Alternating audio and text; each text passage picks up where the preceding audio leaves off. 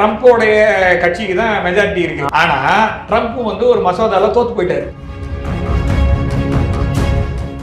நீ பாட்டு இஷ்டத்துக்கு உங்க இஷ்டத்துக்கு ஆட முடியாது. இங்க அமெரிக்காவில் மக்களாட்சிக்கு பேருக்குனாது இருக்கு அப்படின்றத காமிக்கிறதுக்காக ஒரு கொஞ்ச நாள் நிறுத்தி வச்சிருந்தாங்க. அதுக்கப்புறம் அந்த மசோதா வந்தது, அந்த மசோதா ஃபெயிலியா போச்சு. ட்ரம்ப் வந்து எப்ப வந்து இந்த பிரதேசத்துல வந்து அமைதி திரும்பணும்னு நினைக்கிறாரோ அப்பதான் இந்த பிரதேசத்துல அமைதி திரும்பும். ரெண்டு பேரும் ஈவினிங் ஒன்று சொல்றான், இஸ்ரேலும் அமெரிக்காவும் சேர்ந்து சொல்றான், இனிமேல் ஈரான் ஒரு அடி அடிச்சதுன்னா நாங்க காலி பண்ணிடுவோன்னு. அமெரிக்கா முடிஞ்சு போச்சு, அதாவது the dream is over. அதே மாதிரி அமெரிக்காவில் உள்நாட்டில் இருக்கக்கூடிய மிகப்பெரிய பிரச்சனை வெளியே வரும்.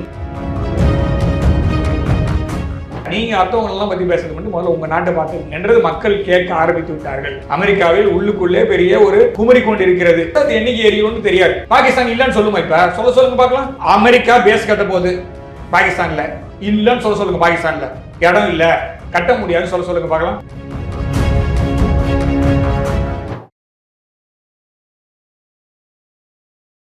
இளையபரத நேயர்களுக்கு வணக்கம். இன்னைக்கு நம்ம நேர்காணலில் நம்ம சிறப்பு விருந்தினர் ஜியோ பொலிட்டிக்கல் அனலிஸ்டான நம்ம கணேஷ்குமார் சார் அவர்கள் தான். சார் வணக்கம் சார். வணக்கம். ஜெய்ஹிந்த் சார். ஜெய்ஹிந்த் சார். ஆயிலுமே இப்போ மிகப்பெரிய ஒரு பிரச்சனையாக வரப்போகுது சார். சொன்ன மாதிரி இத்தனை நாள் வந்து எல்லாம் அமைதியாக இருந்தாங்க, இவங்க லெபனான் இஸ்ரேல் அமைதியாக இருந்தாங்க, இந்த பக்கம் ஈரான் எல்லாம் அமைதியாக இருந்தாங்க. இப்போ திடீர்னு மறுபடியும் எஸ்கலேட் ஆயிடுச்சு சார். என்ன ரீசன் அது? திடீர்னு எஸ்கலேட் ஆகிறாங்க. எப்போ கம்மியாச்சு? சைலண்டாக இருந்தாங்க. காங்கிரஸ்ல பணம் வரல, வேற ஒன்றும் இல்லை, பணம் இல்லை அமெரிக்காவில் கொடுக்கறதுக்கு, அதனால பிரச்சனை, வேற ஒன்றும் கிடையாது. அமெரிக்கன் காங்கிரஸ்ல ஒரு மாதம் டைம் அப்படியே வருதா பார்க்கலாம்னு பார்த்தா ஒன்றும் கிடையாது. அங்கே என்ன ஆச்சுன்னா, இங்கே கட்சி மாற்றி ஓட்டு போட்டாங்களாமே நம்ம ஊரில், நம்ம தமிழ்நாடு சட்டசபையில் லோக்கல் பேசலன்னா கம்பேரிசன் பேசி தான் ஆகணும் போல இருக்கு. இங்கே இருக்கக்கூடிய 4 பேர் ஆப்போசிட்டில் ஓட்டு போட்டு, அதே மாதிரி அமெரிக்காவில் ஹவுஸ் ஆஃப் ரெப்ரசன்டேட்டிவ்ஸ்னு இருக்கு, அதில் ட்ரம்ப்போடைய கட்சிக்கு தான் மெஜாரிட்டி இருக்கு. ஆனால் ட்ரம்ப் வந்து ஒரு மசோதால தோத்து போயிட்டாரு. எப்படின்னா, இந்த யானையிலேருந்து 4 யானை கழுதை சப்போர்ட் பண்ண போயிடுச்சு. ஸோ அதனால கழுதை ஜெயிச்சிச்சு, யானை தோத்துருச்சு. இதுக்கு மேலே திரும்ப போருக்கு போனால் உதவும் அப்படின்றதுனால அந்த ஒரு அடையாளமாக காமிச்சிருக்காங்க. இது பாருப்பா, நீ பாட்டு இஷ்டத்துக்கு உங்கள் இஷ்டத்துக்கு ஆட முடியாது. இங்கே அமெரிக்காவில் மக்களாட்சிக்கு பேருக்குனாது இருக்கு அப்படின்றத காமிக்கிறதுக்காக ஒரு கொஞ்ச நாள் நிறுத்தி வச்சிருந்தாங்க. அதுக்கப்புறம் அந்த மசோதா வந்தது, அந்த மசோதா ஃபெயிலியா போச்சு. ஏன்னா ட்ரம்ப்புக்கு எதிர்ப்பு வருது. ஸோ திரும்ப இன்னொன்று வந்ததுன்னா திரும்ப எதிர்ப்பு தான் வரப்போகுது அப்படின்றது ட்ரம்ப்புக்கு தெரிஞ்சாலும் இந்த போரை நிறுத்துவதற்கு அவருக்கு மனம் இல்லை, திரும்ப இல்லை.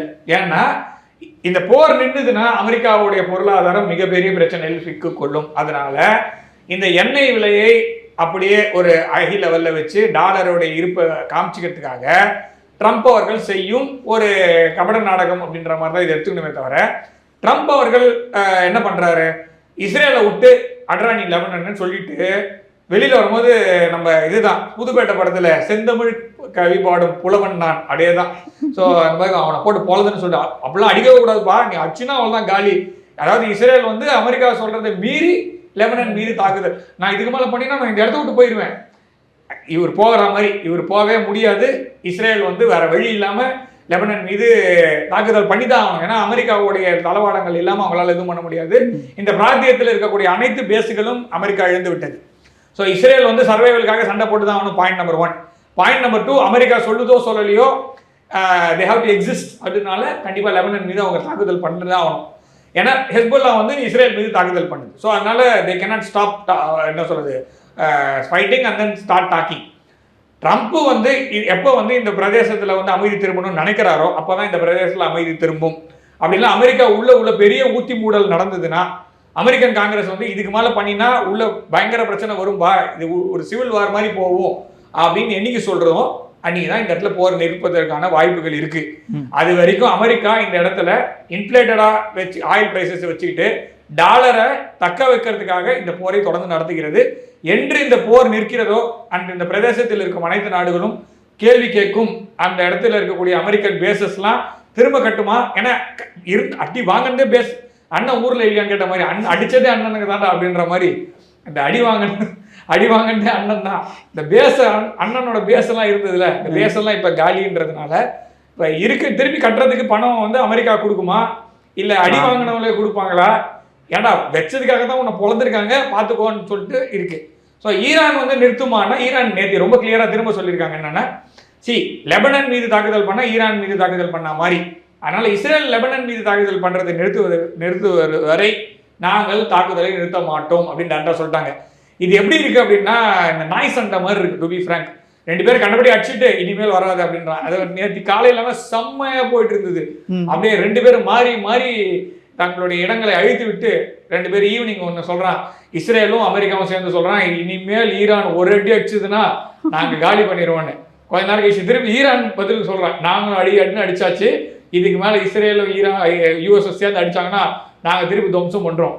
இதுக்கு பருத்தி மூட்டை குடவுன்லேயே இருந்திருக்கலாம் மாதிரி தான் தோணுச்சு. ஸோ அதனால மாறி மாறி இந்த தாக்குதல் அப்படின்றது நிற்கணும் அப்படின்னா அமெரிக்கா இந்த இடத்தில் இருந்து காலி பண்ணி தான் ஆகணும். ஸோ அமெரிக்கா முடிஞ்சு போச்சு, அதாவது இந்த dream is over. And then அதே மாதிரி அமெரிக்காவில் உள்நாட்டில் இருக்கக்கூடிய மிகப்பெரிய பிரச்சனை வெளியே வரும் அப்படின்றதுக்காக தான் இதெல்லாம் பண்ணி. எப்ஸ்டீனை பற்றி யாருமே பேசல. ஸோ ஒரு 2 மாதம் ஆச்சுன்னு நினைக்கிறேன். இந்த போர் ஆரம்பித்த பிறகு எப்ஸ்டீன்றதே மறந்துட்டோம். ஆனால் எப்ஸ்டீன் திரும்ப வெளியில் வரும் ஃபைல்ஸு. அது அமெரிக்காவில் மிகப்பெரிய ஒரு அதாவது அமெரிக்காவுடைய ஆளும் வர்க்கத்துக்கு மிகப்பெரிய ஒரு மோசமான முகத்தை காட்டும். அது அவ்வளோ சீக்கிரம் மறையாது. அது அமெரிக்க மக்கள் நல்லா புரிஞ்சு வச்சிருக்காரு. சும்மா இந்த மாதிரி இந்த வேலை காட்சிட்டு போகிறதெல்லாம் ஒர்க் அவுட் ஆக போகிறது இல்லை. இன்னொன்று இதை இஸ்ரேல் மீது பழியை போடுவதோ மற்ற நாடு மீது பழியை போடுவதோ ஒத்து வராது. ஏன்னா உன் நாட்டு தலைவன் தான். எவ்வளோ நாள் நீ அந்த நாட்டு இந்த செஞ்சவன்லாம் இந்த தீவு எங்கே இருக்குது? உன் நாட்டில் இருக்குது. செஞ்சவன்லாம் யார்? உன் நாட்டு தலைவன். இது உன் கண்ட்ரோலில் இருக்குது. சிஏஏ நார்த் கொரியாவில் என்ன இருக்குதுன்னு பார்க்குமா, இது ஈரானில் என்ன இருக்குன்னு பார்க்குமா. ஆனால் காலு கீழே இருக்கிற ஒரு தீவில் குழந்தைங்களெல்லாம் கொள்ளுறதும் பார்க்கலாம்.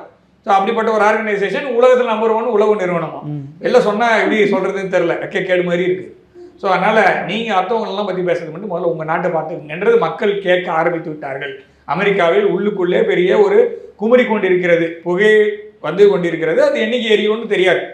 ஸோ அமெரிக்கா மாதிரி ஒரு பெரிய நாட்டில், அமெரிக்கா மாதிரி ஒரு கன் கல்ச்சர் இருக்கிற நாட்டில் உள்ளுக்குள்ளே ஒரு பெரிய ஸ்திரத்தன்மை குறைந்து ஒரு ஒரு உள்நாட்டு கிளர்ச்சி அப்படின்னு நடந்ததுன்னா அது வேற மாதிரி ஒரு விளைவுகளை ஏற்படுத்தும். அதையும் ட்ரம்ப் தள்ளி போடுகிறார், நிறுத்துவதில்லை.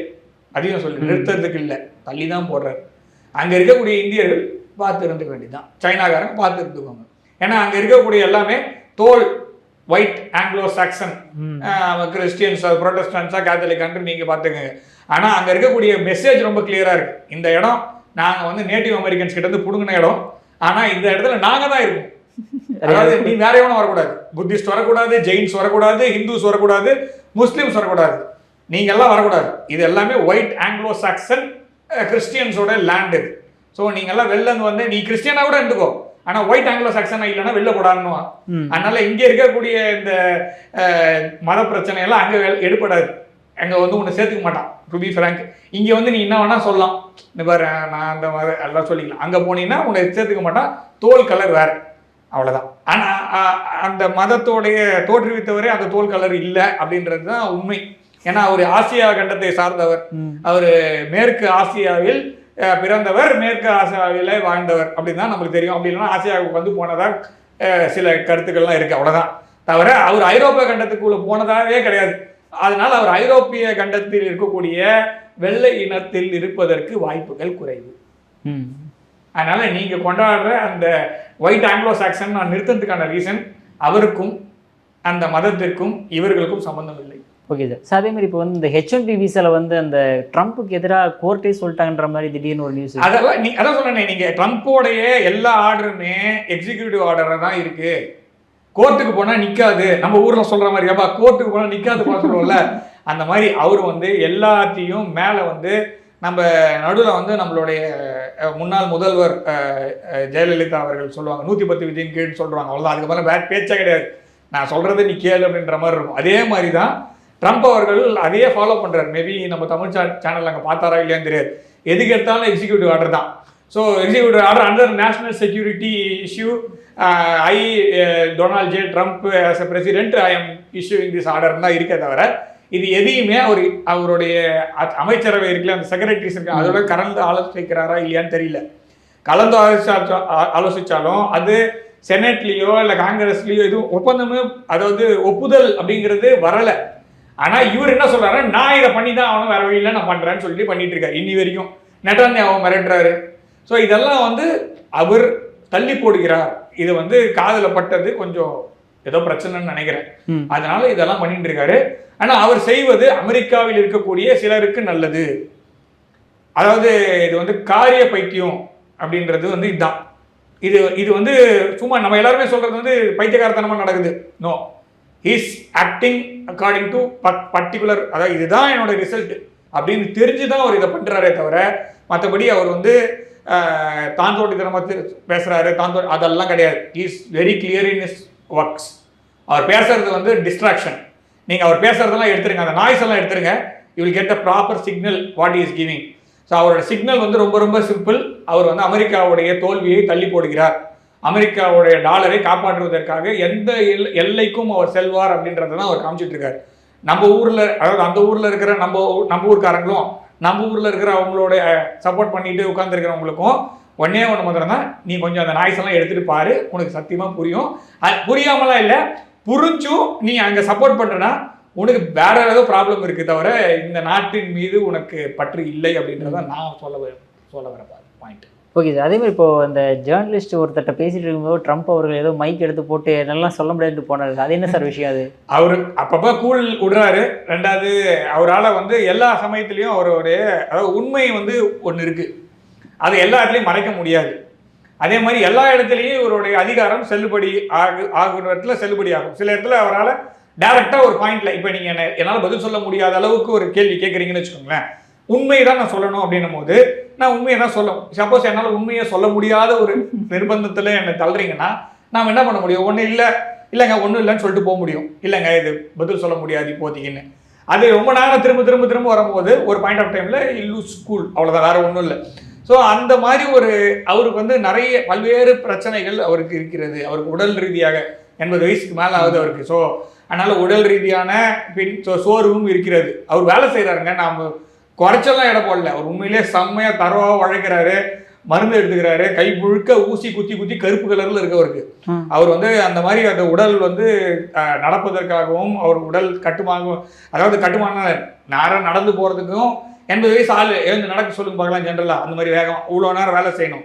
அதுக்கு அவர் ட்ரக்ஸு, அந்த மாதிரி ட்ரக்ன்னு சொல்கிறது மருந்துகள் எடுத்துக்கொள்கிறார். அதை எடுத்து தான் அவர் வந்து அந்த மாதிரி நிற்கிறார்.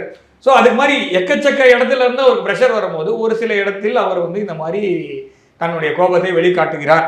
அதுவும் அவர் வந்து ஒரு படி மேலே போயிட்டாருன்றதான் பார்க்கணுமே தவிர அது வந்து நம்ம ஊர் நியூஸ் ஏஜென்சி மாதிரி அவங்க ஊர்ல அது ரொம்ப மோசமானது.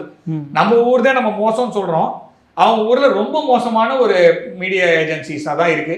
அதனால ஒரு கேள்விக்கு பதில் இல்லைன்னா இல்லைன்னு சொல்லிட்டு போறது தான் கரெக்டா தவிர திரும்ப நீங்க பதில் சொல்லி தான் ஆகணும்ன்றதை நீங்க கண்டிப்பா வைக்க முடியாது. நீங்க பதில் சொல்லி தான் ஆகணும்னா நீங்க வழக்காடு பண்றதுக்கு தான் போகணுமே தவிர நீங்க இங்கெல்லாம் பண்ண முடியாது. Okay sir. சார் அதே மாதிரி இப்போ வந்து அமெரிக்கா வந்து பாகிஸ்தான்லேயே பேஸ் வைக்கிறதுக்கான ஒரு பிளானிங் பண்ணுறதாவும் ஒரு ஆல்ரெடி அவங்களோட பேஸ் இருந்ததுங்க. ஆல்ரெடி பாகிஸ்தானில் அமெரிக்காவோட பேஸ் இருந்தது. மேஜர் நான் நேட்டோ அலையாக இருந்தாங்க. ஆப்கானிஸ்தான் போரின் போது பாகிஸ்தானிலிருந்து தான் அமெரிக்கா ஆபரேட் செய்தது. இன்றும் பாகிஸ்தானிலிருந்து தான் ஆப்கானிஸ்தானை அழிக்கிறதுக்கு என்னென்னலாம் தேவையெல்லாம் பண்ணிட்டு இருக்காங்க. பக்ராம் பேஸ் வேணும்னு கேட்கறதுக்கான ரீசனே இந்த பாகிஸ்தானை கைட்டு விட்டு போகலான்றதுக்காக. ஆனால் தாலிபான் கொடுக்கறதுக்கு ரெடியா இல்லை. அதனால பாகிஸ்தான் என்னைக்கு அந்த அவுட் ஹவுஸ் தான், ஒரு கெஸ்ட் ஹவுஸ்ல என்ன வேணா பண்ணிக்கலாம். ஒரு ரூம் தனியாக வேணுமா கட்டிக்க, மாடியில் கட்டிக்க. பாகிஸ்தான் இல்லைன்னு சொல்லுமா? இப்போ சொல்லுங்க பார்க்கலாம். அமெரிக்கா பேஸ் கட்ட போகுது பாகிஸ்தான்ல, இல்லைன்னு சொல்லுங்க. பாகிஸ்தான்ல இடம் இல்லை, கட்ட முடியாதுன்னு சொல்லுங்க பார்க்கலாம். பாயத்தான்னு சொல்ல முடியாது அவங்களால. ஏன்னா அந்த அளவுக்கு அவங்க வந்து கடன் பட்டிருக்கிறார்கள், எல்லா விதத்திலையும் கடன் பட்டிருக்கிறார்கள். அந்த இடமே அமெரிக்கா போட்ட பிச்சைக்கார பசங்க தான் அவங்க, பிச்சைக்கார இடத்துல தான் இருக்காங்க அவங்க. டு பி ஃப்ராங்க் இதுதான். அதனால அப்படிதான் அவங்க பிஹேவ் பண்ணுவாங்க. அவன் கட்டுவான். உங்களால இந்தியாவனா கண்டனம் தெரிவிக்கலாம். நீ என்னடா என் நண்பன் சொல்ற, எதிரி நாட்டில் போய் பேஸ் கட்டுறிய, அப்ப எனக்கு தான் செக் வைக்கிறியா நீ நம்ம கேட்கலாம். ஏன்னா பங்களாதேஷ்ல ஆல்ரெடி செயின்ட் மார்டின் ஐலாண்ட்ல நான் கட்ட போறேன்னு பேசுன்னு அங்கே பேசிட்டு இருக்கான். உன் சிஏ ஆபரேட்டிவ் செத்து போயிட்டாங்க. அதே மாதிரி நார்த் ஈஸ்ட்ல வந்து உன்னோட பெஸ்ட் பெட்டு ஒரு ஊர் சுத்திட்டு இருந்த ஒரு ஆளை புடிச்சு வந்து போட்டோம். ஸோ நீ வந்து எங்களுக்கு உளவு பார்க்கறதுக்கு ஆள் அமைச்சுன்னா இந்த நாட்டை துண்டாட நினைச்சா உளவு ஏஜென்ட் பிடிச்சி உள்ள ஜெயிலில் போட்டு வச்சிருக்கோம். நம்ம ஹை செக்யூரிட்டி பிரசிடென்ட் வச்சிருக்கோம். ஸோ அதனால அமெரிக்கா வந்து எந்த ஒரு மூவும் இந்தியாவுக்கு எதிராக தான் வைக்கும். அதுல எந்த ஒரு மாற்று கருத்தும் இல்லை. அதனால பாகிஸ்தான்ல பேஸ் கட்டுறாங்க. யாருக்காக கட்டுறாங்க? சைனாவுக்கு கட்டுறாங்க. வேற யார்கிட்ட போய் சொல்லுங்க. ஆல்ரெடி ஆப்கானிஸ்தான்ல இருந்ததுல உன்னால மெயின்டைன் பண்ண முடியல. ஸோ நீ எதுக்காக பாகிஸ்தான் அப்ப கிரான் ஆயில்ஸ் வரும்போது எல்லாத்துக்கும் எதுக்கு அப்படியே சப்த நாடி ஒதுங்கி போய் நவத்வாரத்தை மூடி அமெரிக்கா எதுக்கு அமைதி காத்தது? கிரான் ஆயில்ஸ்ல அணு ஆயுதங்கள் இருந்தது, அணு ஆயுதத்தை மண்ணோட மண்ணா வேப்பரைஸ் ஆகிடுச்சு சொல்லும் போது அமெரிக்கா ஏன் பாகிஸ்தானை கேள்வி கேட்கல? அவன் தான் உன்னோடது, அதனால கம்னு இருக்கியா? சைனா கம்னு இருக்கானா அது வேற விஷயம், சைனா கொடுத்தாலும் கொடுக்கலன்றது வேற. நீ தான் ஊர் முழுக்க இப்ப ஈரான்ல அணு ஆயுதம் கூடாது, இஸ்வான்ல இருந்தாலும் வறுத்து இருந்தாலும் பரவாயில்ல, அந்த வறுத்த கடலை இருந்தாலும் எனக்கு குடுன்னு கேட்கறல்ல, அவிச்சு போச்சு பரவாயில்ல, கருகி போன வேர்க்கடலை இருந்தாலும் பரவாயில்ல எனக்கு குடுன்னு கேட்கறல்ல. பாகிஸ்தான்ல ஏன் உன்னால வாய் திறந்து பேச முடியல? நீ ஈரானுக்கு ஒரு நியாயம் வைக்கிற, பாகிஸ்தானுக்கு ஒரு நியாயம் வைக்கிற. உலகத்தோட தீவிரவாதத்தின் தலைமை அப்படின்னா பாகிஸ்தான் தான். ஈரான் வந்து எந்த ஒரு நாட்டு மீதும் தேவையில்லாம போய் பாகிஸ்தான் எல்லா சுற்றி இருக்கிற எல்லாருக்கும் பிரச்சனை. ஆனால் உன் தோல் மேலே உட்காந்துருக்கிறான். அதனால நீ இதை பண்ணின்னு இருக்க. ஸோ ஈரானுக்கு வைக்கக்கூடிய அனைத்து விமர்சனங்களையும் நீ பாகிஸ்தான் மீது வை. அப்போ நீ பேசாங்க கட்டுவேன்னா அது நான் சொன்ன மாதிரி கெஸ்ட் ஹவுஸ் தான். அது கெஸ்ட் ஹவுஸில் யார் வேணா தங்கலாங்க. அவன் இடம் தானே, அவன் இன்னொரு ரூம் கட்டிட்டு போகிறான். அவ்வளோதான். நாம வேணா கண்டனம் தெரிவிக்கலாம். நீ கட்டினீங்கன்னா நம்ம வந்து வேற ஏதாவது பண்ண, நம்ம பேக்ரவுண்ட் பேச நம்மளுக்கு தான். ஈரான்ல நம்ம ஹெல்ப் பண்ணிட்டு போகலாம். ஏன்னா நீ வந்து என்னோட எதிரிக்கு நீ இதெல்லாம் செய்யும் போது நான் என்னுடைய டைரக்டாவோ இன்டைரக்டாவோ நான் செய்யறதுல எந்த ஒரு ஒரே ப்ராப்ளம் என்னன்னா, ஈரான் சைனாவுடைய லாஜிஸ்டிக்ஸ் யூஸ் பண்ணிட்டு இருக்கான். அவன் மனம் திரும்பி வந்தான்னா வில் பி ரெடி. பாகிஸ்தானை சாண்ட்விச் பண்ணி விடுவோம், எல்லா சைட்ல இருந்தும் 3 சைட்ல இருந்து சாண்ட்விச் பண்ணி அடிப்போம், அவ்வளவுதான். ஸோ நீ அடிச்சுன்னா நான் திரும்ப அடிப்பேன் அப்படின்றதான். அந்த பேசிஸ்ல தான் இன்னைக்கு there is a pass in operation Sindoor. ஆமா சார். ஓகேவா? அது அமெரிக்காவோட தோல்ல இருந்து அடிச்சாலும் சரி, சைனாவோட தோல்ல இருந்து அடிச்சாலும் சரி, நான் திரும்ப அடிப்பேன். ஸோ ஒரு தடவை வச்சு பழகியாச்சு, இனிமேல் எந்த சந்தில் போட்டு அடிப்போம். அதனால we are ready for it. அதனால பாகிஸ்தான்ல பேஸ் கட்டினா, அமெரிக்கா கட்டுதுன்னா இந்தியா மாத்திரம் தான் கண்டனம் தெரிவிக்க முடியும், பாகிஸ்தானுக்கு கண்டனம் தெரிவிக்க முடியாது. ஏன்னா அது அவங்களுடைய இடம், அமெரிக்காவோட இடம் தான் அது பாகிஸ்தான்றது. யூகேவும் யூஎஸும் சேர்ந்து கட்டினது, அவன் அப்படியே தான் விட்டு வச்சிருக்கான், இன்னி வரைக்கும் அப்படியே தான் இருக்கு. சரி, பாகிஸ்தான்ல ஒரே ஒரு மக்களாட்சி தத்துவத்தை கொண்ட ஒரே ஒரு இதாக கம்ப்ளீட் ஆயிருந்தா, இன்னைக்கு அசீம் முனீர் தலைவரா, ஷபாஸ் ஷெரீப் தலைவரா? அப்போ நீங்க இப்ப ஷபாஸ் ஷெரீப் கம்ப்ளீட் பண்ணா கம்ப்ளீட்னு காமிப்பீங்களா? அந்த ஏசியா கப்பை தூக்கி போனாங்களே அந்த மாதிரி வேணா காமிக்கலாம். ஆனா அசீம் முனீர் தான் நீ நாட்டோடைய தலைவரா இருக்காரு. சரியா? நான் இருக்கான், அப்படிதான் இருக்காருலாம் சொல்ல முடியாது. என் நாட்டை வந்து காலி பண்ணுன்னு சொல்லி பேசிட்டு இருக்கணும் இந்த மரியாதை, அவ்வளவுதான். ஸோ அதனால பாகிஸ்தானில் பேஸு ஆல்ரெடி இருக்கு, அமெரிக்காவோட பேஸு ஃபுல் ஃபிளெஜ்டு பேஸாக மாற்றுறதுக்கான திட்டங்கள் அமெரிக்கா செய்யதான் செய்யும். நம்மளுக்கு கீழே இருக்க தீகோ கார்சியாவை காலி செய்ய சொன்னால் மேலே இருக்கக்கூடிய பாகிஸ்தானில் உபயோகப்படுத்துவார்கள். அதே மாதிரி இங்கே பங்களாதேஷில் ஒன்று பண்ணுவாங்க, ஈஸ்ட் பாகிஸ்தான். பங்களாதேஷ்னு என்னால் சொல்ல முடியாது, நான் ஈஸ்ட் பாகிஸ்தான் தான் சொல்லுவேன். ஈஸ்ட் பாகிஸ்தான் வெஸ்ட் பாகிஸ்தான் திரும்ப 1971 முன்னாடி எப்படி இருந்தாங்களோ அதே மாதிரி இருக்கிறதுக்கு தான் பிளான் பண்ணுவாங்க. அவ்வளோதான் எடுத்துக்கணும்.